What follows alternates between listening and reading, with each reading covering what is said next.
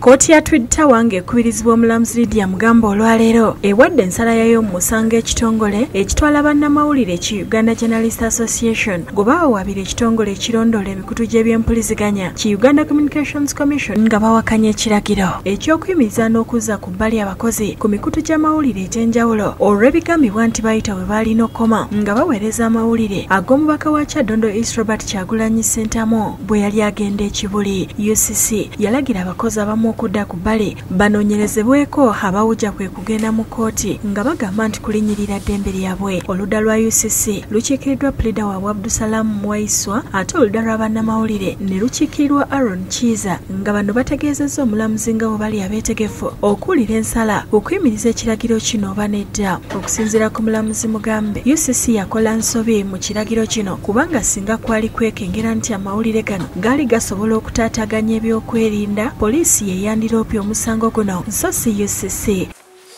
Ayongeddeko nti ekiragiro kino kirinnyirira eddembe lya bannamawulire n'abo abaagala okumanya ebigenda maaso mu ggwanga.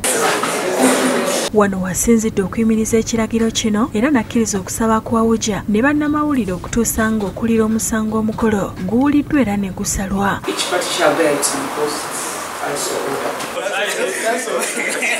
Kino kisanyusizza bannamawulire oluvannyuma lwa kkooti. Twogedde ne Aaron Kiiza, Arnold Musoke ne Byansi Henry ne batunnyonnyola ebivudde mu kkooti ne bakubiriza bannamawulire abaali baddizibwa ku bbali okudda ku mirimu gyabwe. Olwaleero tuli basanyufu nnyo.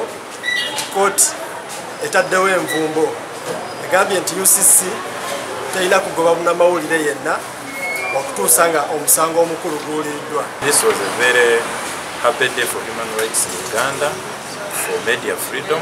Yatwebaza omulamuzi okuba nti akkiriza nti UCC byakola byali banyamateeka nga mu mbeera ey'eddembe ly'obuntu n'embeera y'amawulire ensi kwetambula kyaki kyobola eddembe lyaffe era bannaffe abaali bagobeddwa oba baali bawummuzibwa tubagamba nti muddeyo mukole teri kubatisatiisa. Pleader wa UCC Waiswa ategeezezza nti bagondera ebiragiro bya kkooti era bwe kinaaba kyetaagisa bajja kujulira.